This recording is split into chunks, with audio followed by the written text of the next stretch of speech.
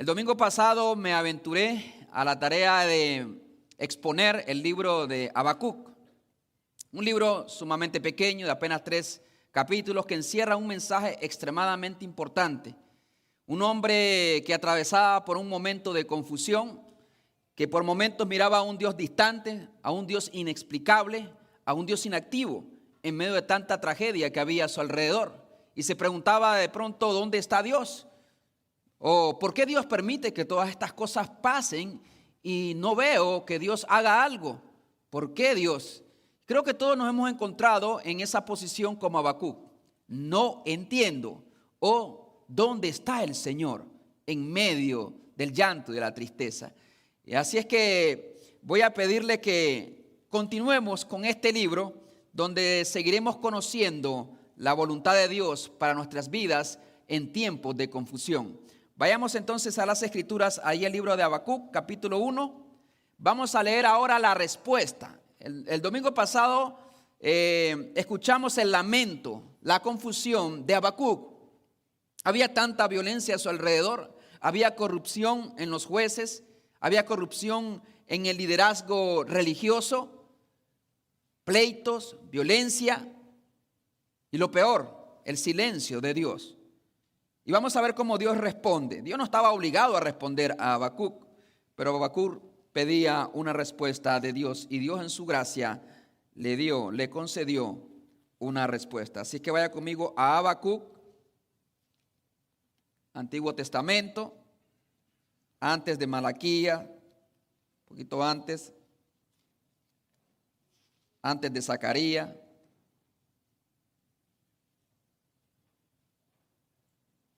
¿Lo tenemos, hermanos? Gloria sea al Señor. El libro del profeta Habacuc, capítulo 1, versículo 5. Dice la palabra del Señor: mirad entre las naciones y ved, y asombraos, porque haré una obra en vuestros días que aun cuando se os contare, no la creeréis. Porque he aquí yo levanto a los caldeos, nación cruel y presurosa, que camina por la anchura de la tierra para poseer las moradas ajenas. Formidable es y terrible, y de ella misma procede su justicia y su dignidad. Sus caballos serán más ligeros que leopardos y más feroces que los lobos nocturnos. Y sus jinetes se multiplicarán, vendrán de lejos sus jinetes y volarán como águilas, como se apresuran a devorar. Toda ella vendrá a la presa, el terror va delante de ella y recogerá cautivos como arena. Escarnecerá a los reyes y de los príncipes hará burla. Se reirá de toda fortaleza y levantará terraplén y la tomará. Luego pasará como el huracán y ofenderá atribuyendo su fuerza a su Dios. Vamos a orar.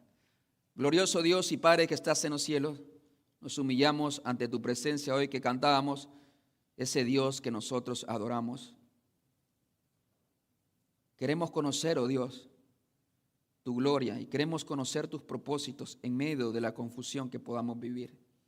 Que a la medida que nos adentramos en este libro del profeta que tú llamaste, Dios mío, yo te pido que podamos encontrar en tu palabra la fe que nos capacita, que nos fortalece para permanecer firmes en tiempos de confusión. Que a través de la vida de este hombre y a través de las respuestas que tú le das, nosotros también tomemos lecciones y podamos pasar del lamento a la alabanza, a pesar de que a veces nuestras circunstancias sigan igual. En el nombre de Jesús, amén y amén. Pueden sentarse, mis hermanos. El ruido en el hogar a causa de los gritos, las risas, las travesuras, los saltos, las correteaderas de los niños y a veces los llantos, puede ser una manera de medir nuestra paciencia y nuestra tolerancia muchas veces. Pero no hay cosa más peligrosa que después de escuchar mucho ruido en el hogar, haya un silencio total. Y de repente nosotros nos damos cuenta de que algo falta el ruido. Cuando los niños paran y están callados, es más peligroso muchas veces que cuando están gritando. ¿No se ha dado cuenta usted? Quizás ellos están trabajando en su obra maestra cuando están en silencio. Algo similar sucede con el Señor en los procesos que Dios tiene en nuestras vidas. Cuando pareciera que Dios está inactivo, cuando pareciera que Dios no responde, que está en silencio, quizás Dios está haciendo la cirugía más importante en el corazón del ser humano. Quizás está trabajando en su obra maestra en tu vida. Pero claro, nadie en sus 5 sentidos querrá atravesar por esas experiencias. Pero si viene de Dios, en realidad son para nuestra edificación y para cumplir sus propósitos en nuestras vidas.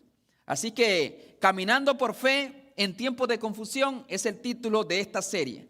En el tema número 2, el día de hoy, yo lo he titulado El plan de Dios en medio del silencio. Así que acerquémonos con un corazón abierto a las Escrituras y permitamos no que nuestros pensamientos lleguen a las Escrituras, sino que las Escrituras lleguen a nuestros pensamientos y poder conocer a ese Dios que se revela en la Biblia.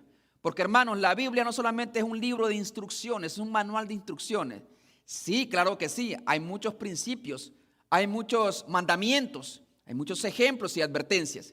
Pero más allá de eso, es un libro que revela el carácter, la persona de un Dios invisible. Eso es la Biblia. Entonces veamos a través de la historia cómo se revela este Dios. ¿Quién es este Dios y cómo se revela? ¿Y por qué Dios permite que estas cosas ocurran? Dios ciertamente tiene una respuesta. Así es que vaya conmigo al versículo 5, donde leemos de la siguiente manera, para abordar esta primera parte.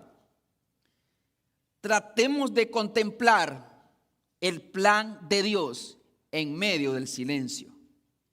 Esta es la primera parte que vamos a abordar.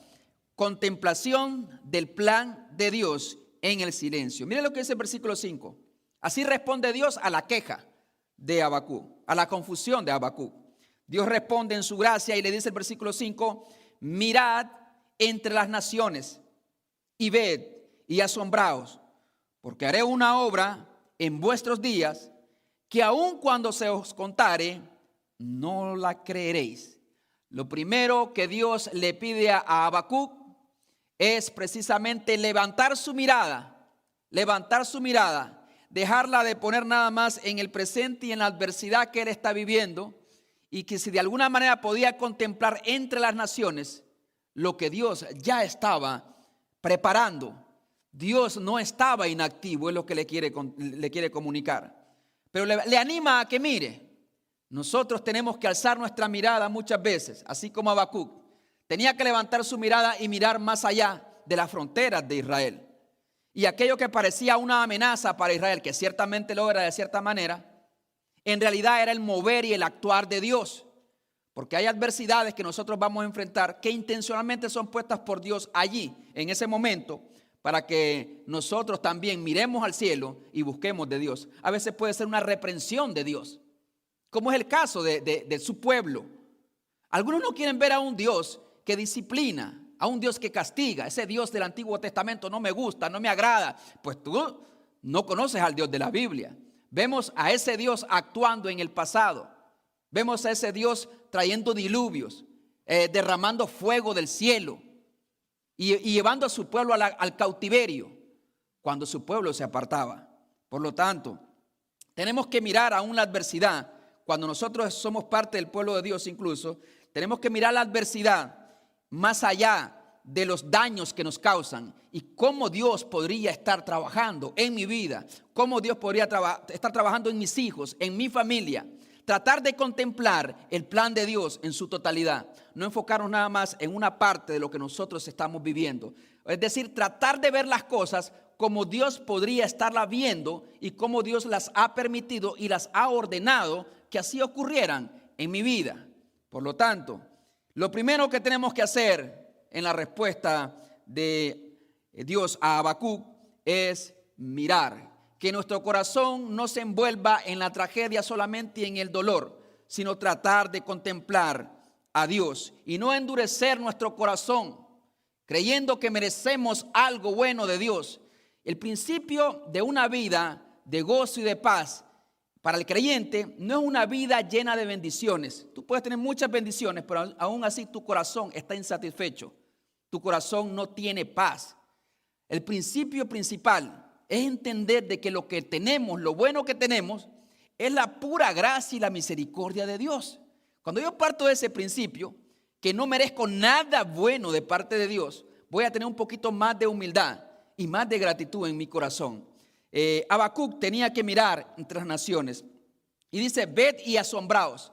No solamente tenía que echar una mirada por encima, sino que le invita a quedar asombrado. Y la palabra ved se puede traducir también como maravillaos y asombrados, como traducen otras traducciones.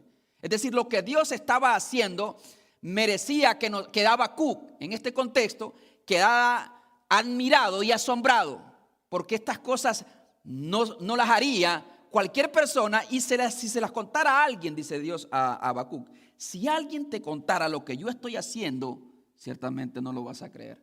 Nadie lo creería. Si otra persona viniese y te dijese lo que Dios está preparando para darle una respuesta a tu clamor y a tu llanto, nadie lo va a creer. Hay cosas en nuestras vidas que Dios permitirá, en realidad, que nadie creería que vienen de parte de Dios. Pero sí hay cosas que vienen de parte de Dios. Así como hay cosas que creemos que vienen de parte de Dios, como prosperidad, un nuevo trabajo, pero no necesariamente de parte de Dios. Como una relación, pues no necesariamente de parte de Dios. Como la oportunidad de tener un nuevo hogar, una nueva casa, o de mudarte a otro lugar, pero no necesariamente de parte de Dios. Satanás sabe bendecir mucho a las personas, y las personas creen que están bien con Dios porque están bendecidos. Miden su relación espiritual en base a su progreso material, y no necesariamente es así. A veces aquella persona que está enferma puede estar en una buena comunión con Dios, mejor comunión con Dios que aquellos que están jugando en el campo de soccer y gozando de plena salud. Pero así es Dios, esos son los misterios de Dios. Por eso tenemos que no solamente mirar el dolor como algo negativo. A veces el dolor es algo positivo. Amén, hermano. No queremos el dolor, yo tampoco lo quiero. Yo no quiero que mi hijo atraviese por ningún tipo de dolor, pero a veces es necesario para su crecimiento. A veces tienes que soltar la bicicleta no para que caiga, sino para que aprenda a manejar. Pero en ese intento él puede caer y se puede lastimar. Pero es necesario, él no puede depender de mí todo el tiempo. Dios en realidad nos quiere hacer crecer en nuestro conocimiento de Él. Así es que no toda persona que atraviesa crisis es porque esté mal con Dios, ni toda persona que esté muy bien en todos los sentidos es porque esté bien con Dios. Esos son los misterios de Dios. La obra es difícil de creer. Isaías 29:14 más atrás nos dice algo similar. En este libro del profeta Isaías, si usted va conmigo al libro del profeta Isaías 29, versículo 14, dice la palabra del Señor. Por tanto, he aquí, nuevamente excitaré yo con la admiración de este pueblo con un prodigio grande y espantoso, porque perecerá la sabiduría de sus sabios y se desvanecerá la inteligencia de sus entendidos. Es decir, no habrá quien pueda explicar en su sabiduría lo que yo voy a hacer en Israel. Y asimismo en la vida, no habrá muchas veces explicación para nosotros por lo que nosotros estamos viviendo, pero tenemos que tratar de ver más allá del dolor y del lamento que estamos viviendo. Mirad entonces. Segundo lugar, encontramos en este pasaje el instrumento, no solamente el llamado a la contemplación del plan de Dios, es decir, ¿qué Dios me quiere enseñar en medio de esta dificultad? ¿Qué Dios quiere comunicarle a mis hijos en medio de esta dificultad que yo estoy viviendo? ¿Qué Dios quiere cambiar? ¿Qué parte de mi carácter Dios está tratando en medio de esta dificultad? Miremos más allá. Así tenía que hacer Habacuc. Mira entre las naciones y queda asombrado. El instrumento del plan de Dios. Encontramos la mayor parte de este pasaje en realidad. Dice el versículo 6. Porque he aquí yo levanto a los caldeos. ¿Quién nos levanta? Dios. Dios está levantando a un pueblo que ni conocía a Dios ni honraba a Dios. Pero Dios estaba permitiendo su progreso y que se fortaleciera hasta llegar a ser un gran imperio. Dice, porque he aquí yo levanto a los caldeos nación cruel y presurosa que camina por la anchura de la tierra para poseer las moradas ajenas. Formidable es y terrible, de ella misma procede su justicia y su dignidad. Sus caballos serán más ligeros que leopardos y más feroces que lobos nocturnos. Y sus jinetes se multiplicarán, vendrán de lejos sus jinetes y volarán como águilas que se apresuran a devorar. Hasta ahí. En primer lugar, vemos la descripción. Dios tiene siempre un instrumento para cumplir sus propósitos. O sea, Dios quiere salvar al mundo. Dios utiliza principalmente a la iglesia. La iglesia es la entidad, es el plan de Dios, es el proyecto de Dios para la salvación de los hombres, para que sea un canal de bendición, para que sea un canal de salvación al mundo. Por eso es que la iglesia no puede quedar inactiva. No podemos quedarnos aquí encerrados solamente. Tenemos que tratar de comunicar, llevar el evangelio a las demás personas. Dios tiene un instrumento para hacer lo que quiere hacer. Dios pudo haber castigado de diferente forma a Israel. Recordemos que Habacuc está lamentando la condición espiritual de su pueblo, la violencia, las injusticias. Por eso está confundido, porque Dios no actúa. Pero Dios le dice, mira y contempla. Mira el instrumento de mi plan para hacer justicia. Esa justicia que tú estás clamando, esa violencia y esas injusticias sociales, yo ya tengo un plan, es lo que está diciendo Dios en este versículo. Y dice que el plan de Dios, en el instrumento de Dios, estarían los caldeos. Los caldeos, hermanos. Y ahorita vamos a explicar un poquito más de eso. Pero antes, Dios traería juicio a su propio pueblo, porque su propio pueblo había abandonado a su Dios. Hebreos 10:31 dice, horrenda cosa es caer en manos de un Dios vivo. Porque el ser humano ya no hace distinción entre lo santo y lo profano. Porque el ser humano se rebela contra Dios una y otra vez. Porque el ser humano vive una vida independiente a Dios, aunque sepa que aquello que está haciendo ofende a Dios, lo sigue haciendo. ¿Sabe por qué? Porque nos falta conocer el Dios que nosotros creemos, el Dios que se revela en la Biblia. Una descripción de los babilonios. ¿Quiénes eran los caldeos? Como dice el versículo 6, porque aquí yo levanto a los caldeos, mejor conocidos como los babilonios.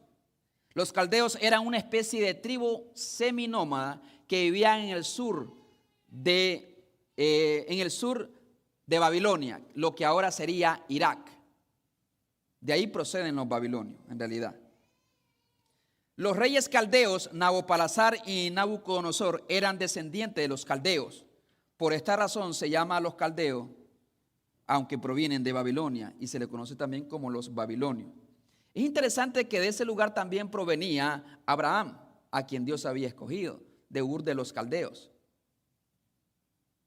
Dios cambió a Abraham, obviamente, cambió su corazón y le llevó al conocimiento del Dios verdadero. Su moral, estos versículos relatan también su moral de esta nación. Dice que eran cruel con sus adversarios. De hecho, en las historias se registran que las torturas más crueles y violentas eran por manos de los asirios y por manos de los babilonios. Establece sus propias leyes, no cree en ninguna ley de hombre ni de Dios. Cree en su propia ley, no comparte su gloria con nadie. El orgullo y la prepotencia lo distinguen. De hecho, llegó un momento en que Nabucodonosor, atribuyéndose todo su poder, tomando el crédito de todo lo que había logrado en su vida, de todas sus conquistas, dice la palabra del Señor que Nabucodonosor dice, esta es la gran Babilonia que yo con mi poder he formado. Y a veces nosotros podemos pecar como Nabucodonosor. ¿Quién está levantando a Babilonia? Es Dios. Yo estoy levantando a un pueblo, al pueblo de los caldeos. Lo estoy levantando. ¿Para qué? Para que sea el instrumento que voy a utilizar para traer castigo, para disciplinar a mi pueblo. Es lo que Dios está diciendo. Lejos de estar inactivo, Dios venía trabajando desde ese rato con Babilonia. Porque un imperio no se levanta de la noche a la mañana. Dios venía abriendo oportunidades para que los babilonios pudieran progresar y pudieran seguir conquistando naciones. Y Dios venía trabajando cuando quizás ni siquiera había nacido Habacuc. Y Dios venía trabajando en el imperio de Babilonia. ¿Por qué? Porque Él ya tenía predispuesto y había planeado cómo traería también juicio a su propio pueblo. Dios no estaba bien activo entonces. Dios estaba más activo que cuando Habacuc nació. ¿Entiende eso, hermano? Dios estaba activo desde antes que Habacuc naciese. Ya estaba levantando a los babilonios. ¿Para qué? Para dar una respuesta a la queja que ahora Habacuc tiene delante de Dios. Ciertamente a veces nos quejamos delante de Dios y Dios, si pusiera en perspectiva lo que nosotros conocemos de lo que estamos viviendo, a lo que Él conoce de toda nuestra vida o de sus planes, en realidad nos quedaríamos asombrados de cómo Dios ha venido trabajando para que aquellas cosas se den. No solamente era un pueblo que establecía sus propias leyes, también era un pueblo que se creía dueño de toda la tierra. Dice que el versículo 7 que camina por la anchura de la tierra para poseer las moradas ajenas. Era un pueblo que venía conquistando. ¿Y qué nación no podía temer a este gran imperio? Que usted escuchara hoy en día que hay un gran imperio que viene levantándose del sur de América. Digamos que Brasil, Colombia, Argentina han unido esfuerzos, armamento y vienen marchando contra esta nación. Por no decir que Israel no era un gran imperio en aquel entonces. ¿Acaso no temblaríamos nosotros? ¿Acaso no nos preocuparíamos desmedidamente al entender lo que Dios está haciendo? Y obviamente si Dios lo está haciendo, no hay poder humano que lo pueda evitar. Eso es lo que Dios le está comunicando a Habacuc. Su poder militar era tal que dice la Biblia que compara a los caballos que tienen los babilonios con ligeros leopardos y más feroces que lobos nocturnos, como describiendo analógicamente, figuradamente, la violencia de esta gran nación. Es decir, que no habría poder humano que pudiese detener al imperio de Babilonia. Un león corre alrededor de 80 kilómetros por hora. Una cebra alrededor de 65 kilómetros por hora, según datos. Una gacela, 80 kilómetros por hora. Y un leopardo, 130 kilómetros por hora. Es uno de los animales, si no es que es el animal más veloz, en realidad. ¿Pero qué? Ahí lo compara el Señor con los leopardos. ¿Para qué? Para transmitir la idea a Habacuc que son hombres rápidos y veloces y que vienen aplastando nación tras nación, imperio tras imperio, a los asirios, a los egipcios, a todos venía aplastando y nada, era como una máquina demoledora que va triturando todo lo que encuentra y nada la podía parar. Y dice Dios, ellos yo los estoy levantando. ¿Cómo podría quedar Habacuc? Totalmente así como están quedando ustedes. Sus jinetes en número son incalculables, dice. Son como la arena de mar, se multiplican. Sus jinetes eran sus soldados, básicamente. Claro, a la nación que llegaban, ellos reclutaban. La nación que llegaban, reclutaban. Y entonces sus jinetes se iban multiplicando y multiplicando. Y nada lo podría parar. Y ahora Habacuc está predicando en Judá. Ahí es su ministerio. Y no, ¿cómo podrían hacerle frente a un enemigo como esto? También dice las cosas que harían: conquistar naciones, claro que sí, provocar el terror, dice el versículo 9, provocar el terror en sus enemigos y los lleva cautivos. Dicho sea de paso, ustedes han escuchado la historia de Daniel, Sadrach, Mesach y Abednego. Bueno, esos fueron parte de los cautivos que ellos llevaron hacia Babilonia. Estamos en ese tiempo, en los años 697 antes de Cristo.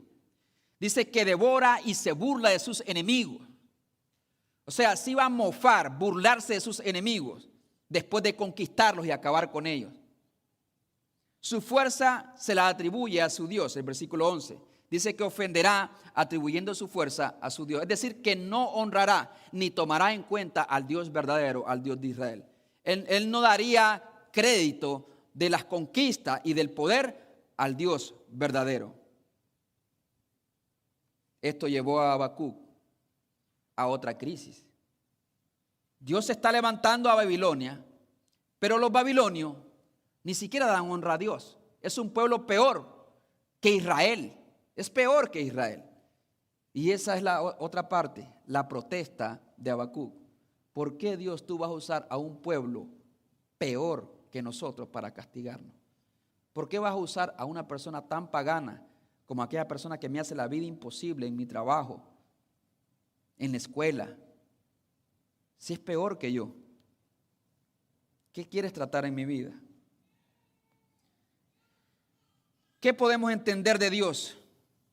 Que Dios ha creado un plan, que Dios no está en silencio, que Dios, como dice Dani Berrío en su canto, cuando Él queda en silencio es porque Él está trabajando, Él está haciendo algo.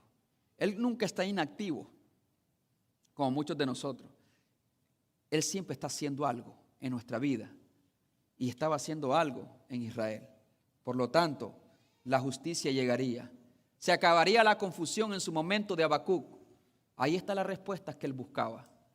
Ya estoy preparando algo para esta nación. Lo que tú has visto, Habacuc, yo también lo he visto. Yo lo vi antes que tú nacieses y que tú lo vieses, pero ya he preparado algo. Vemos a un Dios cercano. Dios estaba cerca de Israel, aunque Habacuc lo percibía lejos. Dios está cerca de nosotros y de nuestras adversidades, aunque a veces los percibamos lejos, distante e inactivo. Dios estaba preparando el juicio de la nación, pero se daría en su debido tiempo y a la manera en como Dios lo había establecido. No en el tiempo de Habacuc y ni la manera de Habacuc. Dios es Dios y Dios haría las cosas en su momento, pero Dios estaba cercano. Lo que él estaba viendo y lo que él estaba viviendo, en realidad lo estaba viendo también Dios. Vemos a cómo Dios se revela en este pasaje como un Dios justo y un Dios de juicios también. Dios no es indiferente a las injusticias que nosotros podamos vivir en cualquier contexto que estemos viviendo. Números 14:18 dice que Dios es misericordioso, lento para la ira y grande en misericordia, pero que nunca tendrá por inocente a aquel que es culpable delante de él. Su amor y su misericordia nunca pueden comprometer su justicia. A veces tenemos a un Dios que es puro amor y pura misericordia, pero que ha olvidado su justicia, es decir, que hará y dará a cada uno según sus obras. Y también encontramos a un Dios soberano. Dios ejerce dominio total sobre la historia de la humanidad. Y Dios gobierna por encima de todos los imperios, reyes y también circunstancias que nosotros podamos vivir. Cuando nosotros estamos en situaciones que no podemos controlar, normalmente nos llenamos de ansiedad o tristeza y depresión. Cuando aquella relación en la cual yo había puesto todo mi corazón no está funcionando o no funcionó del todo, dirá aquel joven, se acabó mi mundo, no sé qué hacer. Habías hecho de eso tu Dios. Dios controla esas situaciones. Dios es soberano y nada está por encima de él. No se le escapa, dice la Biblia, que aún los cabellos de nuestra cabeza están contados y que la hoja de un árbol no se cae si no es su voluntad. Si él no quiere que aquello ocurra, no ocurrirá. No ocurrirá. Pero si Dios quiere que eso ocurra, va a ocurrir. Hace poco vimos en las noticias, ¿no?, como el atentado a Donald Trump. ¿Usted cree que fue coincidencia? Alguien dijo, yo creo que alguien lo había planeado para llamar la atención. Oye, yo no jugaría con mi vida de esa forma. ¿O tú sí? ¿Para conseguir algo? ¿Pondrías tu cabeza aquí, dame, específicamente y en movimiento? ¿Quiere que me pegues aquí? Eso es imposible. Pero ¿qué, hermano? A milímetro de perder su vida, milímetro. Esa bala ha impactado su cráneo, su cabeza. Y estuviera dando cuentas al Señor ahora, Donald Trump. ¿Sí o no? ¿Usted cree que es casualidad? ¿Usted cree que es casualidad que Dios lo haya librado de la muerte también a usted? ¿De cuántas cosas lo ha librado el Señor? ¿Usted cree que es casualidad que Dios lo haya levantado cuando no habían esperanza? Cuando decían que usted iba a ser una persona deshabilitada. ¿Usted cree que es casualidad? Dios está tratando en nuestras vidas.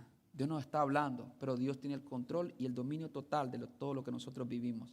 Si hay algo que me da completa paz a mí, mientras viva de acuerdo a la voluntad de Dios o esté haciendo mi mejor esfuerzo por vivir en santidad y cerca de Él, es eso. Dios está en control.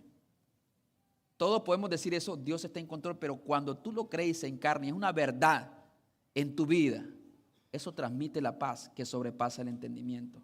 Pero mientras seamos nosotros los que queremos controlar todo, nosotros queramos ser los dioses de nuestra vida, entonces sí, vamos a atravesar mucha ansiedad y grandes dificultades a nuestro alrededor. Conclusión, en medio de la confusión y el silencio, Dios responde a Habacuc y revela sus propósitos. Dios no estaba obligado a responderle, pero Dios en su gracia le responde a Habacuc. Dios ha levantado a los caldeos para hacer juicio a su pueblo. Habacuc se quejaba delante de Dios. ¿Dónde está Dios? ¿Por qué Dios no actúa? ¿Por qué Dios permite que haya tanta confusión y violencia a nuestro alrededor? ¿Qué está haciendo Dios? ¿Se ha olvidado? ¿Está desatendido? Ahora hemos aprendido, Dios responde a Habacuc y le dice, no me he desatendido de mi pueblo, no estoy distante, no estoy ciego ni sordo a tus oraciones, pero estoy preparando, tengo un plan en medio del silencio que se dará a conocer en su plenitud, en su debido tiempo. Miremos a nuestro alrededor entonces, usted y yo, más allá de nuestros tiempos, más allá de nuestro dolor, más allá de la enfermedad, más allá de la pérdida, más allá del fracaso en aquella relación, más allá de la tragedia que podamos estar viviendo, más allá del sentimiento de soledad, más allá del menosprecio que podamos sufrir, más allá de las injusticias que hemos sufrido, más allá del dolor. Dios le dice, mirad entre las naciones, expande tu mirada. Muchos de los problemas emocionales que vivimos es que nos centramos demasiado en nosotros mismos, tanto depresión como baja autoestima, como ansiedad, nos enfocamos mucho en nosotros y entonces no encontramos solución a nuestras vidas. Yo no te voy a decir como los psicólogos, ve y mírate al espejo y dite, tú eres un campeón, tú naciste para lo alto, tú naciste para ser un águila, no un pato. Si no dice la Biblia, tenemos que mirar a Él y lo que Él quiere hacer en nuestras vidas, poner nuestros ojos en Cristo. Eso es lo que dice la palabra de Dios. El ser humano es muy prepotente y orgulloso, que cree tener la solución dentro de sí mismo, cuando la solución está fuera de sí mismo, es decir, está en Dios. Amén. Entonces miremos, probablemente veremos la mano de Dios a nuestro alrededor. ¿Cómo está obrando Dios en mi vida espiritual, por ejemplo, en medio de esta crisis que estoy viviendo? ¿Cómo está obrando Dios en mis hijos? Piensa en la adversidad que estás viviendo y cómo puedes Dios utilizar esa adversidad para guiar a tus hijos a conocer un poco más a ese Dios. Y si no han conocido a Dios, obviamente para poder conocer por primera vez a su Dios. Porque no importa que todo vaya bien en nuestra vida, pero si nuestros hijos, nuestra familia no conoce a Dios, hermano, es de todo el peor de los negocios que hayamos hecho en nuestra vida. Necesitamos que ellos, que nuestra pareja, que nosotros mismos podamos conocer y abrazar a ese Dios y sus propósitos y sus planes. Cómo Dios está obrando en mi familia, en mi pareja, en medio del silencio. Cómo mis valores están siendo cambiados y moldeados para establecer valores cristianos, para establecer principios cristianos en mi vida. Cómo Dios está moldeando mi perspectiva de la vida cristiana, del tiempo en este mundo y también de las cosas que ahora tengo o no tengo en la vida. ¿No es nuestro Dios un Dios de propósito? Confiemos entonces lo que dice la palabra de Dios en Romanos 8, que a los que aman a Dios, todas las cosas cooperan para bien. No todo les sale bien, pero cooperan. O sea, se ponen juntas para llevar un plan bueno de parte de Dios. Por lo tanto, debemos descansar en su soberana voluntad, en sus juicios y en sus tiempos. ¿Cómo Dios lo hará? El tiempo que lo hará. Dios sigue siendo Dios. El verdadero adorador adora a Dios no por lo que le da, sino por lo que Dios es. Y Dios es justo hoy, y Dios es bueno hoy, y Dios es bueno también en el medio de la adversidad. Dios quiere que aprendamos a adorar como adoró Job, por ejemplo, que aunque Dios le quitó todo, él siguió, retuvo su fe adorando al Señor. Jehová dio y Jehová quitó, pero Dios sigue siendo el mismo. Sea el nombre de Jehová bendito, porque Él merece ser adorado en la salud o en la enfermedad, en la prosperidad o en el fracaso económico. Dios es Dios. Si usted condiciona su adoración a Dios por las bendiciones que le está dando, esa es una relación de interés. Usted es un interesado. Es como que su esposa esté con usted o su esposo esté con usted por un beneficio personal, por un interés personal, porque le va a dar los papeles. Entonces, ¿cómo se sentiría usted?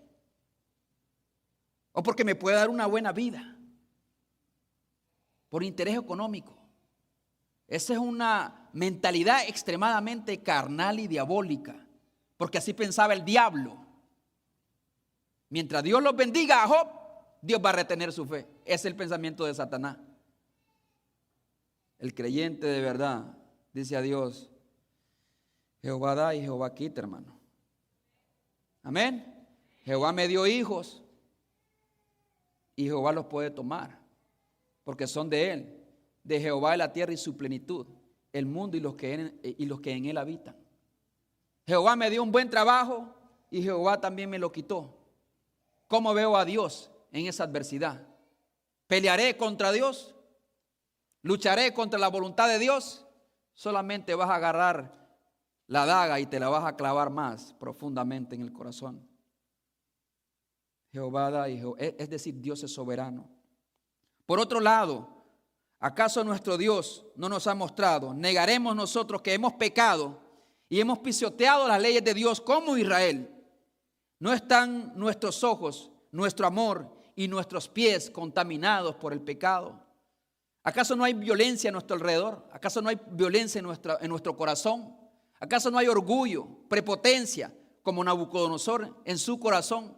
¿Acaso a veces no cambiamos los valores de Dios por los valores del mundo? Los pensamientos de Dios por los pensamientos del mundo. Y queremos que nuestro matrimonio y que nuestra relación y que nuestra familia funcione trayéndolo del mundo a nuestro hogar. Y hemos perdido de vista la voluntad de Dios. ¿Cómo escaparemos nosotros del juicio de Dios, hermano? Del juicio venidero. Porque el juicio venidero se acerca. De hecho, los juicios históricos solamente son una sombra del juicio venidero. Dice Apocalipsis 20, 11 al 12, y vi un gran trono blanco, y al que estaba sentado en él, delante del cual huyeron la tierra y el cielo, y ningún lugar se encontró para ellos. Y vi a los muertos grandes y pequeños de pie delante de Dios, y los libros fueron abiertos. Y otro libro fue abierto, el cual es el libro de la vida. Y fueron juzgados los muertos por las cosas que estaban escritas en los libros según sus obras, porque las personas que van a ir al infierno van a ir según sus obras. Las personas que van al cielo van según la obra de Cristo en la cruz del Calvario y aquellos que pusieron su fe en la obra de Jesús. Pero vendrá un día que Dios juzgará a los vivos y a los muertos delante de este gran trono blanco y apartará a las ovejas a su derecha y a los cabros a su izquierda. A veces se pueden mezclar y si uno no conoce bien te confunde. Le dices cabro a las ovejas y a las ovejas le dices cabro. Pero Dios sí conoce bien. Dios sabe los que son suyos. Y Dios conoce a los suyos. ¿Y sabe cómo se conocen? Una oveja grita como una oveja. Se conoce, huele a oveja. Luce como una oveja. Y un cabro de la misma manera. Por su fruto los vas a conocer. Algunos dicen, yo soy oveja, pero vives como un cabrito. Dígale ahí a tu compañero, no vivas como un cabro. Aunque digas que eres oveja, tus comportamientos revelan realmente lo que tú eres y lo que tú crees. Más allá, yo puedo decir que soy americano de ojos azules, pero no luzco así. Aunque en estos tiempos podemos hacer lo que querramos, ¿sí o no? Yo me siento americano, tienen que darme los papeles. Pero no es por sentimentalismo, es por la realidad, lo que es. De tal manera, hermano, viene un momento, un juicio. Y decía Paul Washer en una predicación, la ira de Dios viene sobre la humanidad y va a consumir a todos los seres humanos que no conocieron a Cristo.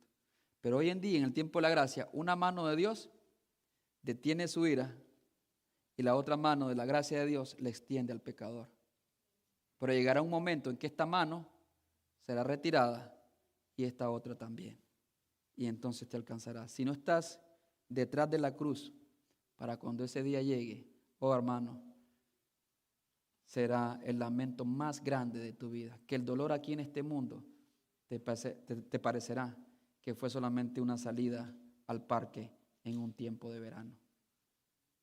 Viene un juicio de Dios y es triste que hemos consumido y absortos por este mundo y no nos damos cuenta de lo que Dios está diciendo y que las profecías se están cumpliendo y que la maldad del hombre se sigue multiplicando. Miremos a nuestro alrededor, miremos en nuestras vidas y corramos a Cristo. Mientras nuestras obras nos condenarán, nuestra fe en medio de lo que Dios está haciendo, en medio de la confusión, nos preservará la vida. Más adelante, en el 2:4, Dios le dice a Habacuc, mas el justo por su fe vivirá. Usted necesita poner su fe en Jesús cuanto antes. Usted necesita correr detrás de la cruz, porque Cristo ya recibió el juicio y la ira venidera. Pero más allá de todo, recuerden que Dios siempre está en control. Dios está obrando, Dios no está distante, Dios no está ausente, Dios no está callado. Dios está haciendo algo en tu vida. Vamos a orar al Señor. Maravilloso Dios y Padre que estás en los cielos, venimos ante ti en esta hora agradecidos por el don de la vida. Si hay alguien que aún no te conoce, mi Dios, ten misericordia, toca su corazón, que no se vaya de este lugar sin haber entregado su vida a Cristo y que huya del juicio venidero, lo que tú traerás a la humanidad. Dios mío, asimismo aquellos que se sienten solos, aquellos que se sienten abandonados y no saben a dónde ir, que venga un Dios distante, a un Dios inactivo y desinteresado.